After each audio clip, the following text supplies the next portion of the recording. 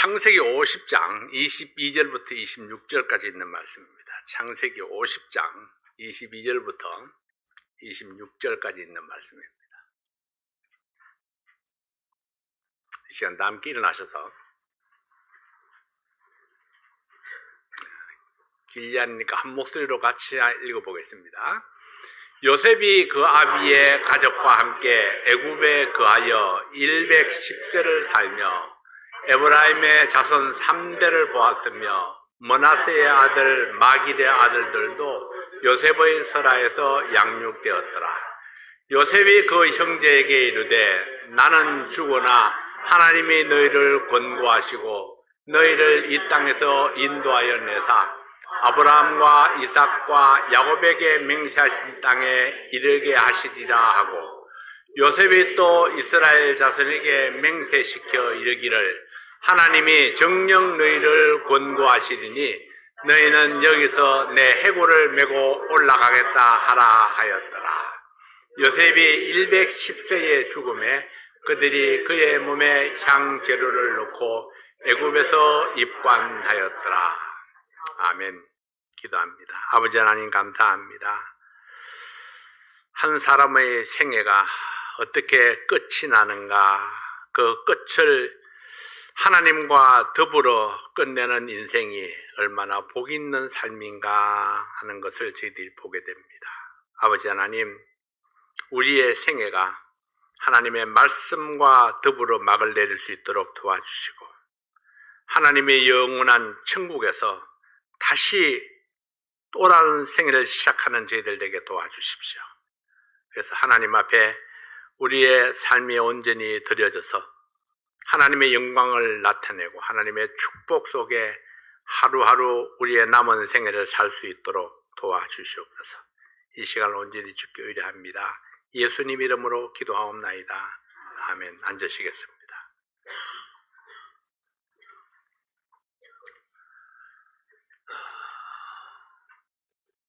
요셉은 유명한 인물이었죠. 그래서 우리 청년들에게 비전을 이야기하면 항상 요셉을 이야기합니다. 요셉이 어려서부터 그 마음속에 큰 뜻을 세웠습니다. 요셉의 특징적인 게 뭐냐 하면은 그 꿈을 향해서 중간에 어떤 어려움이 있어도 그는 포기하지 않았다는 것입니다. 끝까지 그냥 하나님께서 이루어 주실 것을 믿음으로 바라보고 앞으로 나아가는데 많은 고난과 고통의 세월이 있었지만은 조금도 흔들리지 아니하고 하나님을 향한 그 믿음으로 살아갈 수 있었다는 거예요. 그래서 이런 사람 우리는 심지가 굳은 사람이다, 그렇게 이야기를 하죠. 자신의 잘못 때문에 불행하게 된 사람이 있는가 하면은 다른 사람의 잘못 때문에 억울하게 불행을 겪어야 하는 사람도 있습니다. 내 실수나 내 잘못이 아닌 다른 사람 때문에 여러분이 불행을 겪게 될 때에 여러분들은 어떤 반응을 보일 수 있을까요? 억울한 일을 당했을 때에 어느 날 갑자기 나 혼자 버려졌다고 느껴질 때, 아무도 나를 이해하지 못하고 나를 도울 수 있는 사람이 없다고 느껴질 때에 그때 얼마나 캄캄하고 절망이 될까요? 이때 인생을 포기하고 싶은 충동이 일어날 수도 있습니다. 우리 믿음의 사람들은 그럼에도 불구하고 반드시 그 어둠의 터널을 지나가야만 합니다. 그 터널을 통과하면은 밝은 햇살이 나를 기다리고 있다는 사실을 우리는 믿기 때문입니다. 주님께서 나와 함께 터널을 지날 뿐만 아니라 터널 건너편에서 하나님께서 두 팔을 벌리고 나를 기다리고 있습니다. 여러분들 앞에 그 캄캄한 터널이 왔다고 생각될 때에 항상 이것을 잊지 마시기 바랍니다. 터널을 지날 때에도 내 눈에 보이지 아니할지라도 하나님은 나와 함께 하시고, 그리고 그 터널을 지나가면은 주님께서 두 팔 벌리고 나를 환영하며 맞아줄 준비가 되어 있다는 사실을 믿으면은 우리가 아무리 캄캄하고 험난한 터널이라도 우리가 기꺼이 꿋꿋하게 지나갈 수 있다고 믿습니다. 창세기 37장에서 50장까지 요셉의 생애를 다루고 있습니다. 성경에 이처럼 한 사람의 생애를 길게 다룬 예가 없습니다. 요셉은 야곱의 11번째 아들로 태어나서 야곱의 특별한 사랑을 받았던 아들이었습니다. 사랑받는 사람에게는 사랑받을 만한 이유가 있습니다. 이것은 여러분들이 주위에 돌아보시면 알 거예요. 아이들도 그렇죠. 어떤 애들이 참 귀엽다. 그럼 귀여움을 받는 애들이 다 그런 게 아닙니다. 아이들이라고 다 귀여움을 받는 게 아니에요. 아이들이라고 다 사랑을 받는 게 아닙니다. 근데 아이들 중에서도 특별히 귀여운 아이들이 있습니다. 또 막 사랑하지 않을 수 없는, 나도 모르게 그냥 그 사랑이 막 솟아나는 그런 아이들이 있습니다. 이거는 꼭 핏줄 때문만도 아닙니다. 요셉의 생애를 살펴보면은 요셉에게도 특별한 사랑을 받았던 여러 가지 이유들을 찾아볼 수 있습니다. 요셉의 생애 속에 일어난 사건들과 그 사건에 대한 요셉의 반응을 보면은 요셉은 아버지에게 순종적인 아들이었습니다. 또한 아버지보다 더욱더 하나님을 신뢰하는 믿음이 있었습니다. 어떤 상황 가운데서도 하나님을 의지했던 요셉의 삶이 그것을 증명해 주고 있습니다. 요셉은 아버지 말씀에 순종하는 아들이었습니다. 아버지의 심부름으로 형들을 찾아갔을 때에 형들은 이미 장소를 옮겨서 다른 곳으로 떠난 후였습니다. 양떼들을 데리고 이곳저곳을 다니면서 방목을 하면서 양떼를 키우고 있었죠. 그래서 풀밭이 좋은 곳을 찾아서 그들은 이동하면서 양떼를 키웠던 겁니다. 요셉은 형들이 자기를 좋아하지 않는다는 것을 알고 있었지만은 그는 자기에게 주어진 아버지의 말씀에 순종하기 위해서 위험을 무릅쓰고 형들을 찾아서 알지 못하는 낯선 지역을 찾아다녔습니다. 요셉은 또한 비전의 사람이었습니다. 요셉은 현재 상황으로는 전혀 가능성이 없는 비전이었지만은 그는 거듭해서 형들과 부모님께 자기의 비전을 이야기했습니다. 그는 자신의 생애 속에 두신 하나님의 계획에 대한 믿음이 있었기 때문입니다.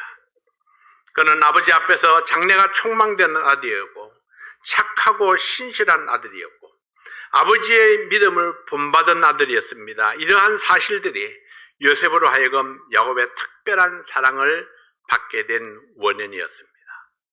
그러나 아버지의 특별한 사랑이 요셉에게는 고난의 불씨가 되기도 했습니다. 그의 형들은 아버지의 특별한 사랑을 받고 있는 요셉을 질시했고 미워했습니다. 기회를 엿보고 있었던 그들에게 요셉이 홀로 형들을 찾아서 광야로 왔습니다. 형제들은 웅덩이를 깊게 파고 기다리다가 요셉을 웅덩이에 던져 넣었습니다. 그러나 이때 지나가던 상인들을 발견하고 그 형제들은 그를 죽이지 말고 팔아버리자고 결정을 합니다. 요셉의 이복 형들은 요셉을 미디안 상인들에게 은 20개를 받고 팔아넘기고 요셉의 옷을 벗겨서 짐승의 피를 묻혀서 아버지에게 가져다 드리고 요셉이 짐승에게 찢겨 죽었다고 보고를 했습니다. 요셉은 형들에 의해서 애굽의 노예로 팔려갔고 보디발의 집에서 노예 생활을 하게 되었습니다. 언어도 통하지 아니하고 아는 사람 한 사람도 없는 외국에 끌려와서 특별한 사랑을 받던 아들에서 이제는 가장 밑바닥 인생인 노예로 전락했습니다. 이때 요셉의 이 신세를 생각하면은 아주 기가 막힌 그런 모습이죠. 우리가 감히 상상도 할 수 없는 그런 일이 지금 소년 요셉에게 일어나고 있는 것입니다. 그러나 요셉은 절망하지 아니했습니다. 살아계신 하나님이 어디를 가든지 자기와 함께 하심을 믿었기 때문입니다. 그는 애굽의 언어와 학문을 배우면서 성실하고 정직하게 일했기 때문에 바로 왕의 시위대장 보디발의 가정 총무로 승진할 수 있었습니다. 그러나 사탄은 요셉의 성공을 보고만 있지 아니했습니다. 어느 날 주인 보디발의 아내가 음심을 품고 요셉을 침상으로 유혹했습니다. 요셉은 주인에 대한 충성과 하나님께 대한 믿음과 자신의 양심을 지키기 위해서 보디발 아내의 유혹을 뿌리치고 그 자리를 피해서 도망을 했습니다. 요셉의 이런 행동은 마땅히 표창을 받아야 할 행동이었습니다. 보디발의 명예를 지켜주었고 보디발 아내의 정절을 지켜주었고 보디발의 가정을 지켜준 용기 있는 행동이었습니다. 그러나 그럼에도 불구하고 그는 오히려 강간 미수범의 누명을 쓰고 억울하게 감옥에 갇히고 말았습니다. 요셉에게 고난이 계속해서 엎치고 덮치게 일어나고 있는 것입니다. 아무도 그를 변호해 주는 사람이 없었습니다. 아무도 그를 위로해 줄 사람도 없었습니다. 그는 억울한 일을 당했고 마음에 큰 상처를 받았습니다. 그러나 요셉은 하나님을 생각했을 때에 위로부터 오는 위로와 비전을 향해서 나아가는 지혜를 얻을 수 있었습니다. 오늘 읽은 본문 말씀은 요셉이 고난의 때를 지날 때에 승리한 비결을 우리에게 보여주고 있습니다. 고난의 때를 지날 때에 승리한 비결. 요셉은 이 모든 기간들을 잘 참고 견디면서 믿음으로 승화시켰습니다. 20절 말씀을 함께 보겠습니다. 20절 말씀 함께 읽어볼까요?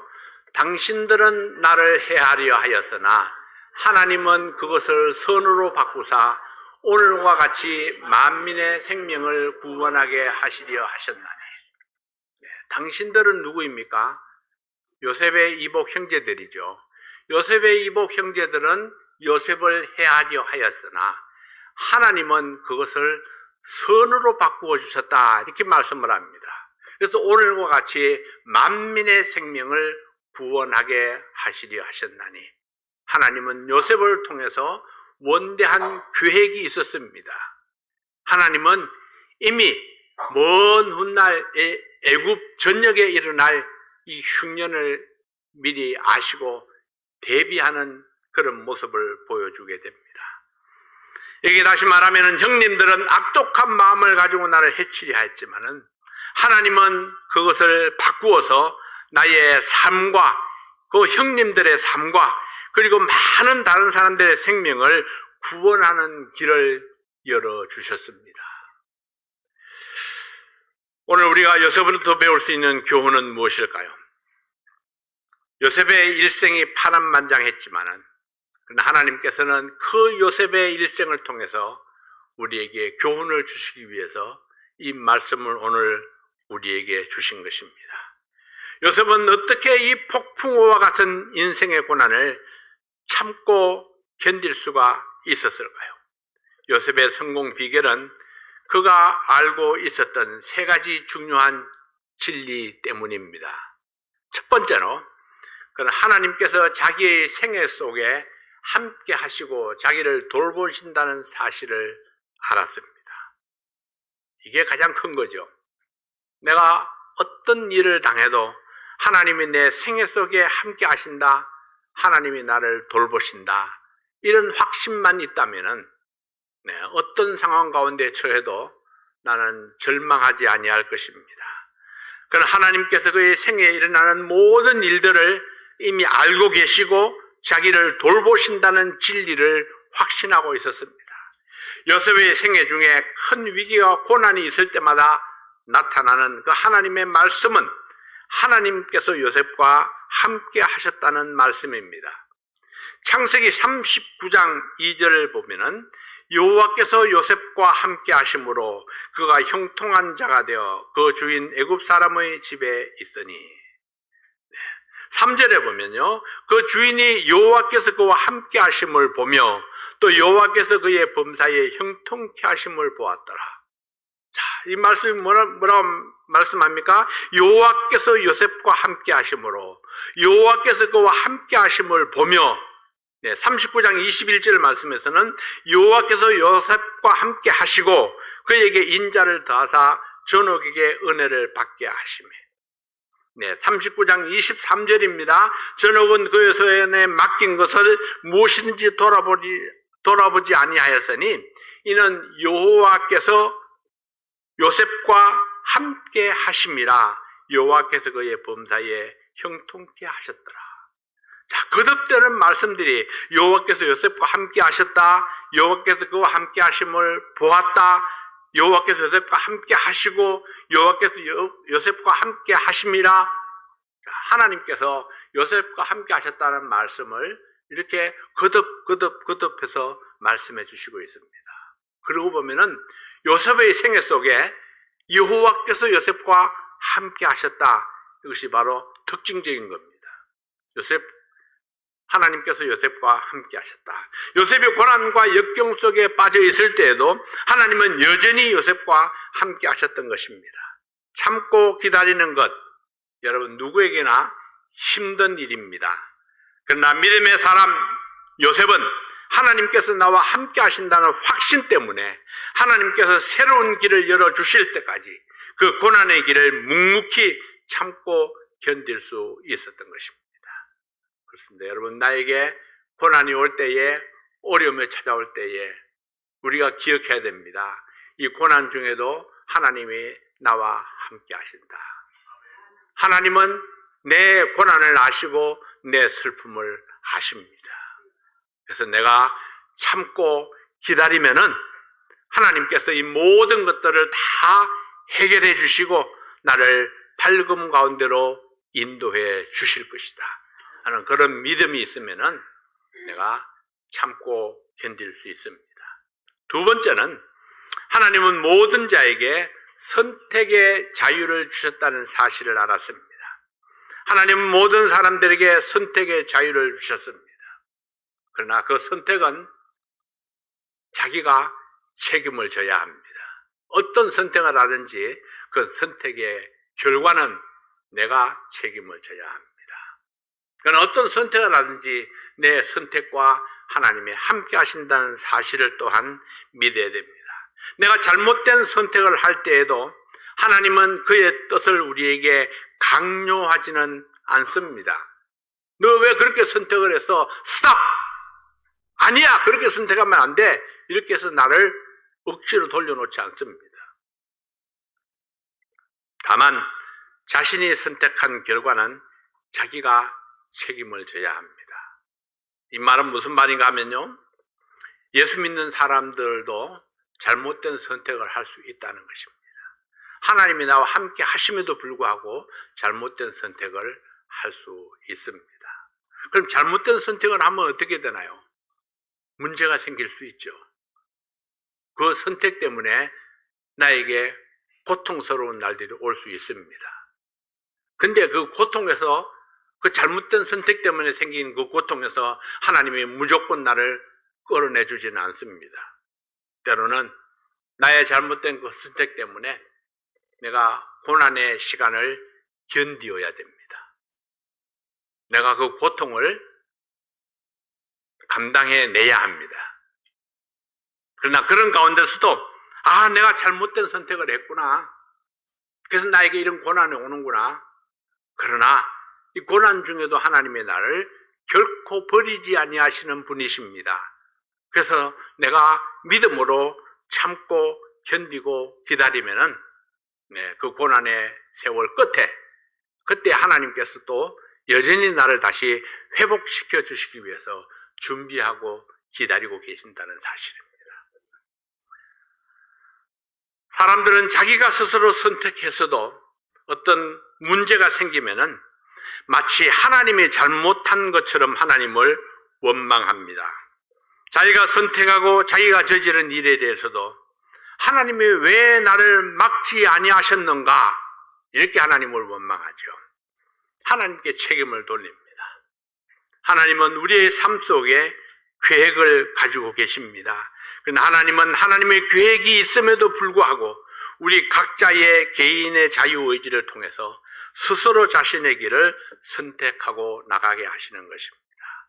다만 바른 길이 무엇인지 말씀과 성령을 통해서 우리에게 알려주실 뿐입니다. 그래서 우리는 찾아야 됩니다. 하나님의 계획은 무엇인가? 하나님이 보여주시는 길은 무엇인가? 성령을 통해서, 하나님 말씀을 통해서, 내가 말씀을 읽을 때에, 설교를 들을 때에, 내가 기도하는 가운데에 하나님께서 내게 바른 선택을 알게 해 주시는 것입니다. 그래서 우리는 하나님께 묻는 것이 필요합니다. 하나님, 지금 이것을 해야 할 때입니까? 아니면 늦춰야 될 때입니까? 기다려야 됩니까? 살아계신 여러분, 바른 길이 무엇인지 하나님의 말씀과 성령을 통해서 그 사실을 내가 깨닫게 되면은, 그러면은 내가 선택을 하는 데에 쉽게 선택할 수 있습니다. 이것이 하나님의 뜻이라는 확신이 있게 되면은, 고난이 있을지라도, 어려움이 있을지라도 하나님은 이것을 나에게 가능하도록 이끌어 주신다는 그런 믿음의 확신이 있다면, 그렇다면 우리는 과감하게 그 길을 선택해야 됩니다. 제가 과거에 언젠가 그런 말씀을 드렸었죠. 내가 저 신풍성서 침례교회에 있을 때에 결혼도 해야 되겠고, 근데 돈이 없고, 교회를 지켜야 되겠는데 교회 재정은 너무나 약하고, 신학교도 가야 되겠는데 학교는 너무나 멀리 서울에 있고, 어떻게 해야 될지 갈 바를 알지 못했을 때에 제가 하나님의 뜻을 알기 위해서 하나님께 간절히 기도했습니다. 딱 일주일 동안 기도했습니다. 그리고 하나님께서 제게 응답을 주셨습니다. 교회도 지키고, 결혼도 하고, 학교도 가고, 문제가 많았죠. 가장 큰 문제는 경제적인 문제였습니다. 한 달 교회 수입이 35,000원. 근데 거기서 결혼을 하고 부인과 먹고 살아야 됩니다. 서울을 왔다 갔다 하면서 목회를 해야 되기 때문에 일주일에 교통비가 얼마입니까? 서울에 가 있는 동안에 일주일 동안 살아야 됩니다. 기숙사비가 있습니다. 신학교 학비가 있습니다. 돈은 조금이고, 써야 될 돈은 그냥 에스티메이트만 떼도 이만큼이고, 계산적으로는 도저히 진행할 수가 없습니다. 그러나 이것이 하나님의 뜻이라고 생각했을 때에 세 개를 다 선택했습니다. 교회도 지키고, 결혼도 하고, 그리고 서울에 있는 신학교도 다니고. 근데 하나님께서는 그 모든 것들을 다 예비해 놓으셨습니다. 기숙사비는 서울에 있는 어떤 교회에서 감당해 주셨고, 학비는 어떤 사람이 꿀을 한 말씩 학기마다 보내주셔서 그것을 팔아서 감당했고, 그리고 시골에서 생활은 어떤 사람의 이 근면한 생활 습관으로 잘 이렇게 먹고 살 수가 있었습니다. 때로는 계산적으로 잘 안 맞을 때가 많이 있습니다. 그럼에도 불구하고 이것이 하나님의 뜻이다, 이런 믿음의 결단이 서면은요, 그럼 우리가 과감하게 선택을 해야 됩니다. 그 선택이 잘못되었더라면은, 그 하나님께서 나를 버리셨더라면은 제가 오늘날 여러분 앞에 서 있지를 못하겠죠. 여전히 건강한 모습으로 서 있는 걸 보면은 그때 그 선택을 잘한 것 같습니다.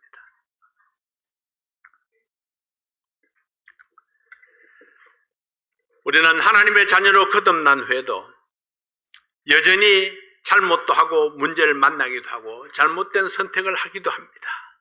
나의 잘못된 선택 때문에 내가 상처를 입기도 하고 다른 사람에게 상처를 입히기도 합니다. 내 입으로 다른 사람에 대해서 평가할 수도 있고 비판할 수도 있는 자유가 내게 있지만은, 그러나 내 자유가 다른 사람에게 상처를 준다면은 나는 범죄하는 자리에 있게 된다는 사실을 알아야 합니다. 그러므로 우리 그리스도인들은 마땅히 내 자유로 다른 사람의 덕을 세우는 데에 사용해야 합니다. 창세기 37장 18절부터 20절에 있는 말씀에 보면은 요셉이 그들에게 가까이 오기 전에 그들이 요셉을 멀리서 보고 죽이기를 꾀하여 서로 이르되 꿈꾸는 자가 오는도다. 자, 그를 죽여 한 구덩이에 던지고 우리가 말하기를 악한 짐승이 그를 잡아먹었다 하자. 그 꿈이 어떻게 되는 것을 우리가 볼 것이니라 하는지라. 요셉의 경우에서 그의 형제들은 의도적으로 요셉을 해치기로 결정한 것입니다. 형제들이 음모를 함께 꾸미고 요셉을 죽이기로 뜻을 모았습니다. 그리고 하나님이 주신 꿈이 어떻게 이루어지나 보자 했습니다. 이것은 죄악입니다. 그러나 하나님은 사람들을 꼭두각시로 만들지 않았기 때문에 이 일을 제지하지 아니한 것입니다. 때가 되면은 그들이 범한 죄의 결과를 알고 스스로 책임을 져야 할 것입니다. 요셉이 여주인의 유혹을 받았을 때에 그는 여주인을 선택했더라면 육신적으로 더 편할 수도 있고 감옥에 가지 않았을지도 모릅니다. 그러나 요셉은 하나님의 의를 선택했습니다. 창세기 39장 7절부터 9절까지 있는 말씀에 보면 그 후에 그 주인의 처가 요셉에게 눈짓하다가 동침하기를 청하니 요셉이 거절하며 자기 주인의 처에게 이르되 나의 주인이 가중 재반 소유를 간섭지 아니하고 다 내 손에 위임하였으니 이 집에는 나보다 큰 이가 없으며 주인이 아무것도 내게 금하지 아니하였어도 금한 것은 당신뿐이니 당신은 자기 아내임이라. 그런즉 내가 어찌 이 큰 악을 행하여 하나님께 덕죄하리까. 요셉은 주인에게 충성하는 편을 선택했습니다. 요셉은 하나님 앞에 의로움을 선택했습니다. 요셉은 자기에게 주어진 선택의 자유로 하나님 앞에 의로움을 나타내고 주인의 가정을 지키는 편을 선택했습니다. 이로 인해서 자신은 감옥에 갇혔지만 주인의 가정은 지켜줄 수 있었고 하나님의 의를 세울 수 있었습니다. 우리에게 주어진 모든 자유는 하나님의 영광과 다른 사람의 덕을 세우는 데에 사용되어야 합니다. 세 번째로 하나님은 마지막 결과를 궁극적으로 책임지신다는 것입니다. 하나님은 우리의 잘못된 선택과 다른 사람들이 우리에게 범한 잘못들이 있을지라도 이러한 것들을 바꾸어서 선한 결과로 변화시킬 수 있습니다. 우리가 이런저런 전쟁에서 패배한다고 할지라도 하나님은 최후의 결전에서 승리하도록 이미 준비해 놓고 있는 것입니다. 하나님은 내 생애 속에 있었던 악하고 추한 일까지도 하나님 말씀 앞에 굴복하기만 하면 가장 선하고 완벽한 모습으로 바꾸어 놓으시는 분입니다. 우리의 삶 속에서 모든 것이 무너지는 것처럼 보일지라도 하나님은 하나님의 뜻을 따라 최종 결론을 가지고 우리에게 다가오십니다. 요셉을 생각해 보십시오. 그는 형들의 음모에 의해서 구덩이에 빠져서 거의 죽임을 당할 뻔하였습니다. 그러나 그 순간에 미디안 상인들이 그곳을 지나게 하심으로 노예로 팔려가게 하시고 보디바라의 집에서 강간 미수범으로 감옥에 던져진 것입니다. 그의 삶은 여기까지 완전히 소망이 없어 보이는 삶이었습니다. 그러나 하나님은 이러한 절망적인 상황에서도 요셉의 믿음을 보시고 문제를 풀어가기 시작했습니다. 요셉이 한 것이 뭔가요? 요셉은 그냥 자기 일에 충실했습니다. 감옥에서도 다른 죄수들을 돌보면서 자기 일에 충실했습니다. 그리고 하나님의 때를 기다렸습니다. 그 다음 일은 하나님께서 해결해 나가십니다. 요셉이 감옥에 갇혀 있는 동안에 바로왕의 술 맡은 관원장과 친밀한 관계를 맺게 하셨습니다. 이 술 맡은 관작이 복직이 되어서 다시 바로왕을 모시게 되었을 때에 바로가 꿈을 꾸고 그 꿈을 해석할 사람을 찾았지만 애굽 전국에 아무도 그 꿈을 해석할 자가 없었습니다. 이때 이 술 맡은 관원장은 감옥에 있는 요셉이 생각났습니다.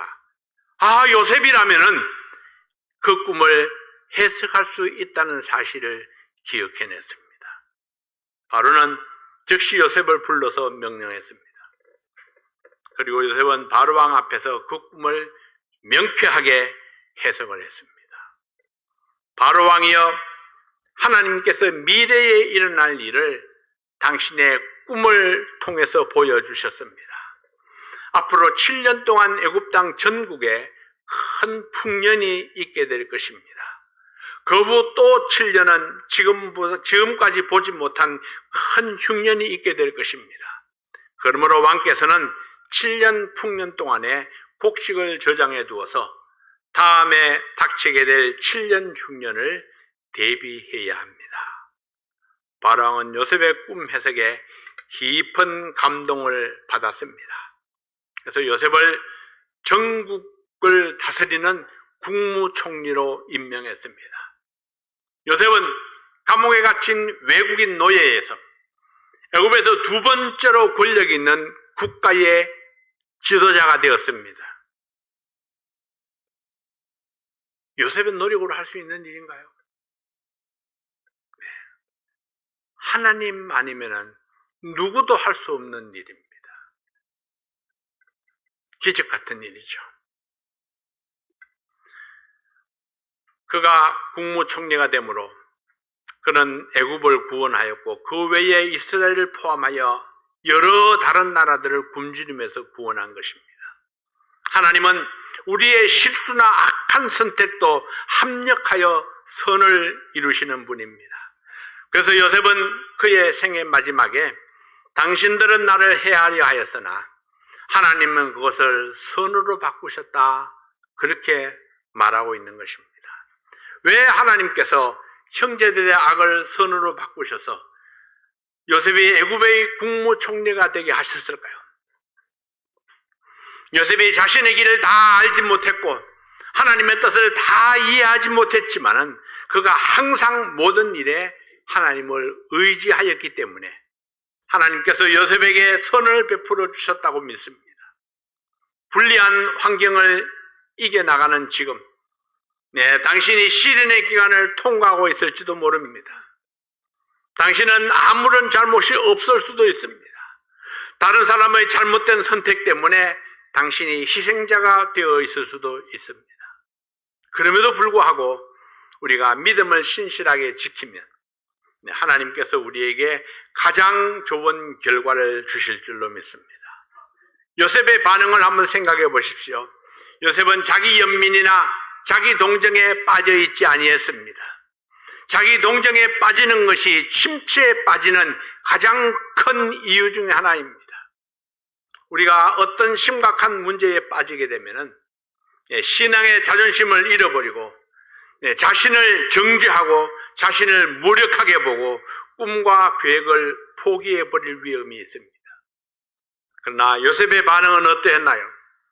요셉은 그렇게 하지 않았습니다. 그는 자신을 비판하지 않았습니다. 그가 처한 위기는 그의 잘못이 아니었습니다. 그래서 그는 상황을 현실적으로 받아들이고 자신의 최선을 다해서 섬겼고 믿음으로 살았습니다. 돛담배가 폭풍을 만나면은 배는 바람을 정면으로 대치하며 항해해야 한다고 합니다. 만일 배를 옆으로 돌린다면은 폭풍은 그 배를 뒤집어 엎어버릴 것입니다.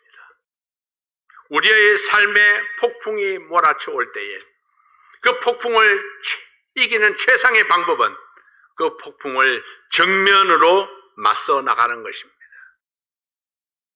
그 폭풍 가운데 함께 하시는 하나님을 바라보면서 정면으로 맞서 나가는 것입니다. 야곱의 사랑받는 아들에서 보디발의 종으로 전락했지만은 그러나 그는 낭망하지 아니했고 포기하지 아니했습니다. 너무나 억울하고 기가 막힌 상황에 처해졌지만은 요셉은 자기 앞에 주어진 일에 최선을 다했습니다. 선하고 의롭게 살려고 했지만은 그는 강간 미수범이 되어서 감옥에 갔습니다. 그러나 감옥에서도 그는 주어진 일에 최선을 다했습니다. 이것이 고난에 대한 요셉의 반응이었습니다. 요셉은 모든 일들이 잘못되고 있을 때에도 그는 마음에 정오심을 품지 아니했습니다. 수년이 지난 다음에 요셉의 형제들이 곡식을 사기 위해서 국무총리가 된 요셉 앞에 무릎을 꿇었습니다. 요셉의 꿈이 이루어지는 순간이었죠. 11 형제가 요셉 앞에 절을 하고 있는 모습입니다. 요셉이 그 형제들에게 자기가 요셉이라고 말했을 때 그들은 놀라고 두려워했습니다. 자기들의 죄를 자기가 알고 있으니까요. 하나님은 역전의 명수입니다. 그들이 13년 전에 죽이려고 시도했던 자기 동생이 살아있었던 것입니다. 그리고 지금은 그 동생이 애굽에서 총리의 권세를 가지고 높은 자리에 앉아서 자기들을 내려다보고 있는 겁니다. 요셉이 원수를 갚겠다 하면은 자신들의 목숨이 100개라도 건지기 어렵습니다. 두려움에 떨었습니다. 그러나 요셉은 그들을 깨끗하게 용서합니다.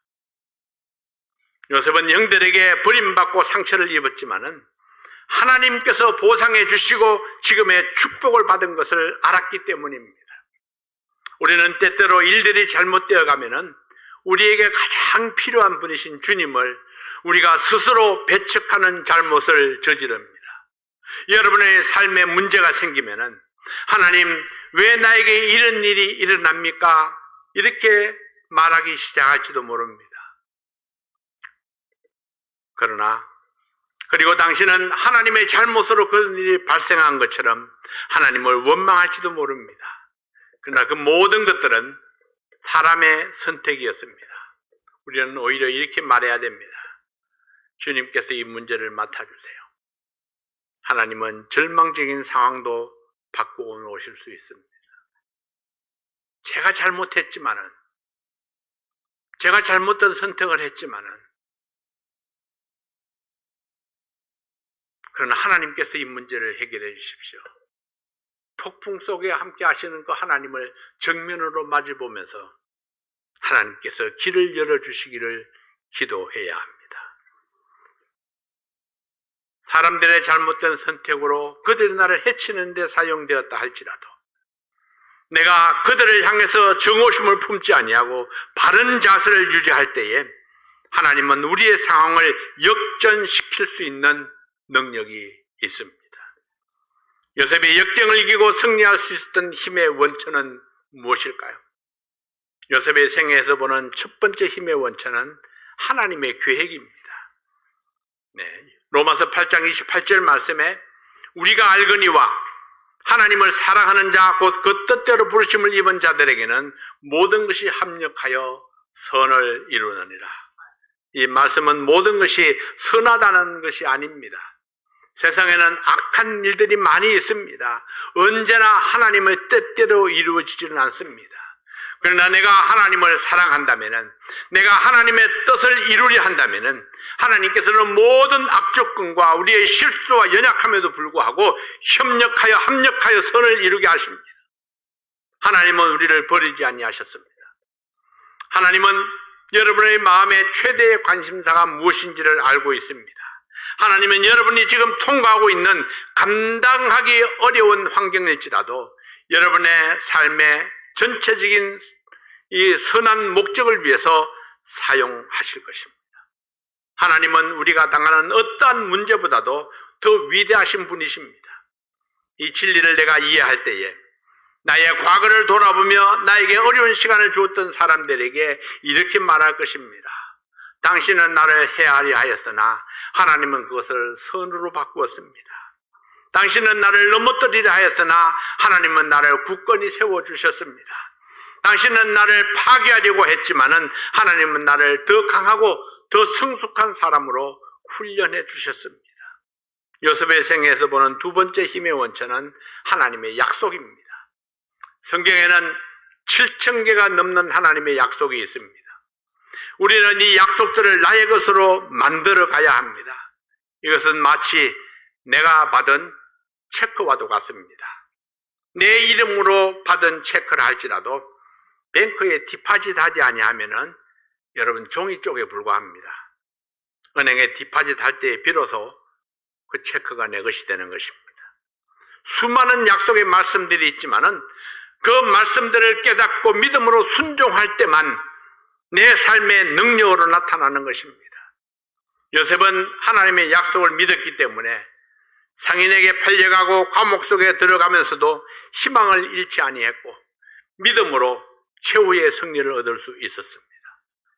요셉의 생애에서 보는 세 번째 힘의 원천은 하나님의 사람들입니다. 모든 교회는 성도들이 서로 돌보는 공동체가 되어야 합니다.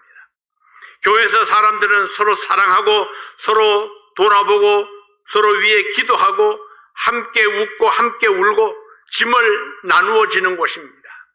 나와 함께 하나님을 섬기는 하나님의 사람들이 우리의 힘이 될 수 있습니다.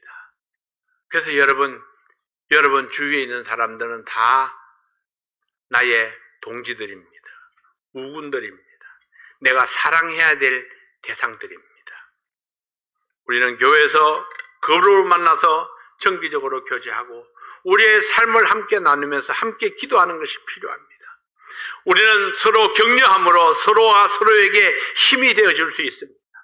하나님은 때때로 우리를 이 심한 시련과 어려움의 시기를 지나가도록 허락하신 다음에는 우리를 위로하셔서 우리와 같은 환경에 처한 다른 사람들에게 위로해 줄 수 있도록 하십니다.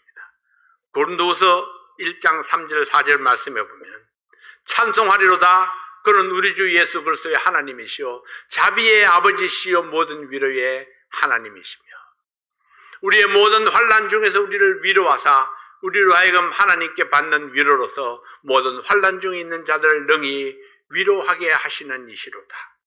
사람을 통해서 시험이 오듯이 사람을 통해서 위로와 격려를 받게 하시고 사람을 통해서 변화가 옵니다.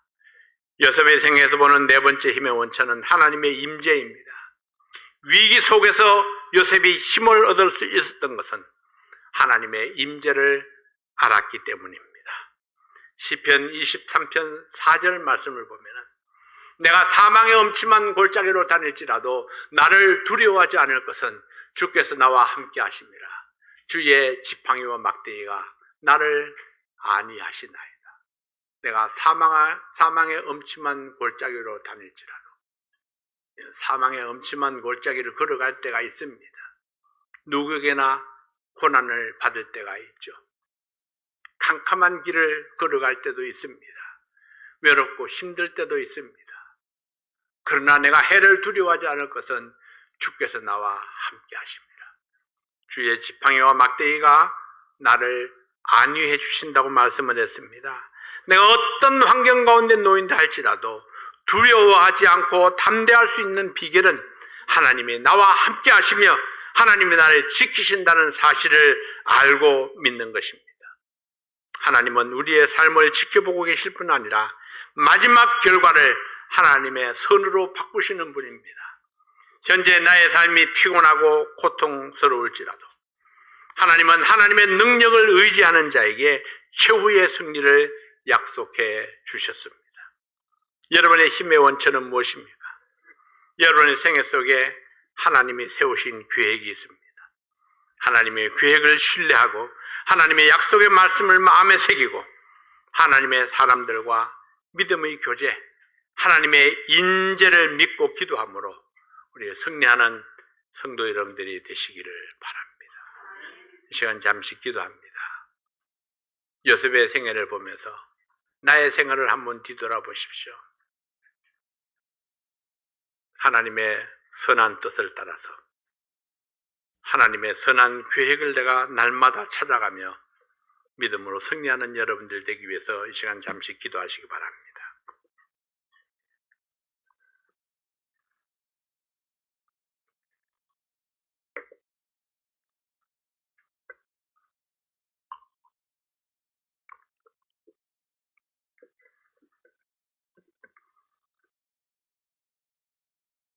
아버지 하나님 감사합니다.